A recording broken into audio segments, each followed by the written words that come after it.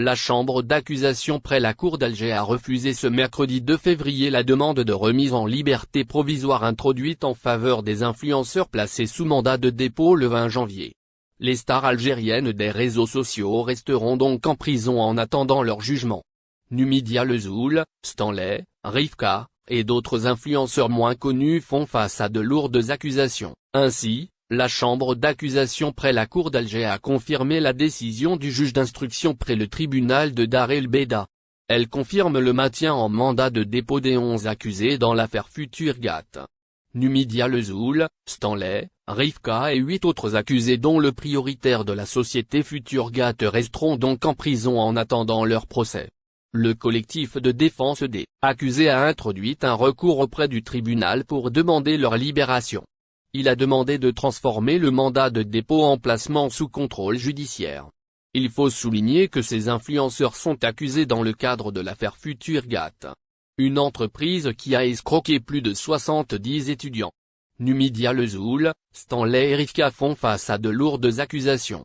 Ils sont poursuivis pour escroquerie, blanchiment d'argent, faux et d'usage de faux, et violation de la législation et de la réglementation relative au change et à la circulation des capitaux vers l'étranger, mais aussi pour formation d'associations de malfaiteurs et au crime de traite d'êtres humains via un groupe criminel organisé et transnational.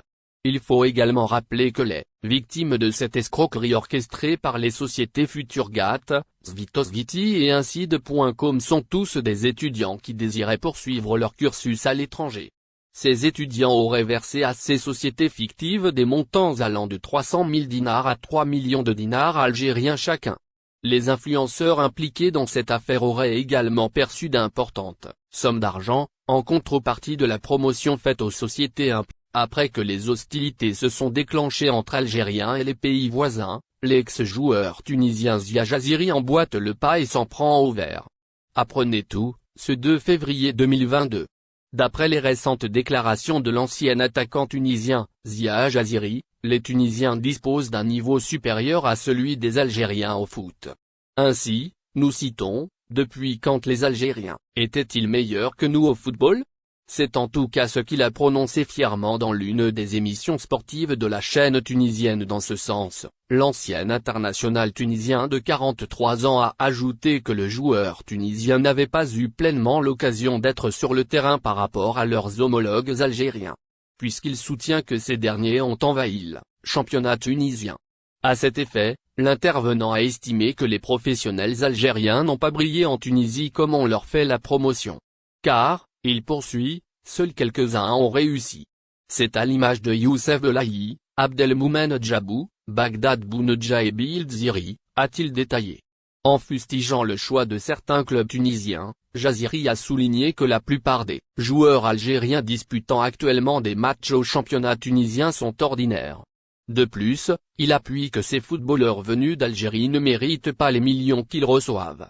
Toutefois, pour apaiser les tensions, l'ex-meilleur buteur des Aigles de Carthage met en avant son amour envers les Algériens ainsi qu'à l'égard de leur magnifique football. Cela, en tant que frère des Tunisiens. Cependant, pas au détriment du football tunisien.